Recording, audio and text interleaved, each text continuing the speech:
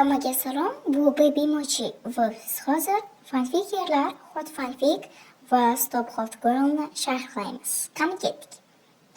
So'nggi YouTube voqeliklarga kelsak, ba'zi videolar kommentida Stop Hot Girl hashtagi paydo bo'ldi va bu kimgadir yoqdi va kimlargadir yoqmadi. Avvalo Stop Hot Girl qayerdan keldi?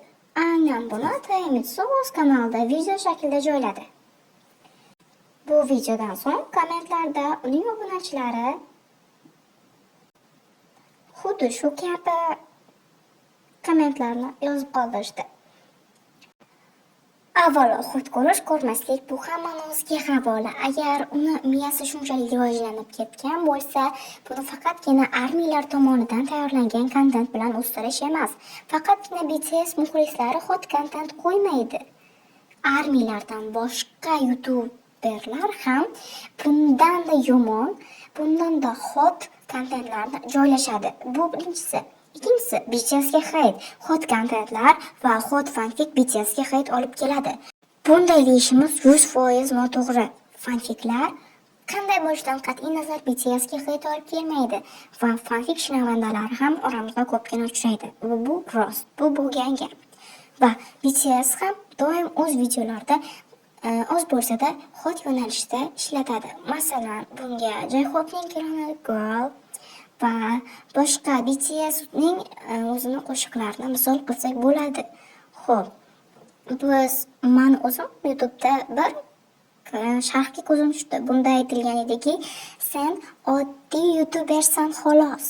U J-Hope'ga mumkin. U mashhur idol. Sen kimsanki hot videoni joylaysan? U idol, biz esa oddiy odam. Okay, so bu bo'lmagan. Chunki hot content qo'ymaslik hammani o'ziga havola. Ko'rmaslik ham hammani o'ziga havola. Bu mavzuni shunchaki yopishni tavsiya qilaman. Chunki hech qachon butun dunyo bo'ylab hotni to'xtata olmaysiz. Chunki buni avvalo yosh bolalardan emas, kattalardan ham. 12-13 yoshlilarning miyasi tez rivojlanyapti. Bunga aybdor biz emasmiz.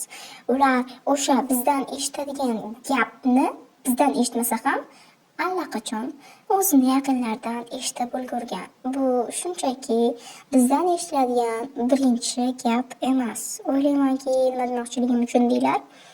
Xo'p, ota-onang bilsa nima bo'ladi? Ota-onang bilsa silliq kirib ketasan deydi kellaga. Xavotir olmanglar, o'zingizlar haqingizda qayg'ursanglar, shuni o'ziga yetadi. Xo'p, men ota-onam YouTube'imni bilishadi. Boshqa hot content egasini ota-onasi YouTube'ni bilganda ham sizga hech narsa bo'lmaydi. Shunchaki uni ota-onasi unga gapiradi, sizga emas. Shunday ekan, umuman YouTuberlarga ortiqcha gaplarni yig'ishtiringlar va o'ylaymanki, hamma meni tushundi. Va yana bir muammo, JK Daddy'ga hate qilishni bas qilinglar. Siz JK Daddy emassiz. U haqida hech narsani bilmaysiz va ortiqcha hate'larni to'xtating. U sizni arpangizni xom o'rmagan. Nafaqat JK Daddy va boshqa YouTuberlarga ham hate qilmang. Orqasidan gapirish, siz aytganingizdek, nuqta-nuqtalarga mos. Shunday ekan, Stop Hot Girl hamda Stop Fanfickers kabi hashtaglarni yig'ishtirgan holda shunchaki Don't Stop Our Fanfickers, I'm with you. So, bizning aziz kuzatuvchilarimiz, mana shu oxirigacha ko'rgan bo'lsangiz, demak, meni oz bo'lsa-da tushundingiz. Hammani o'ziga havola, shunchaki qo'yib berish kerak xolos. Hammaga xayr, o'ylaymanki, hamma meni tushundi.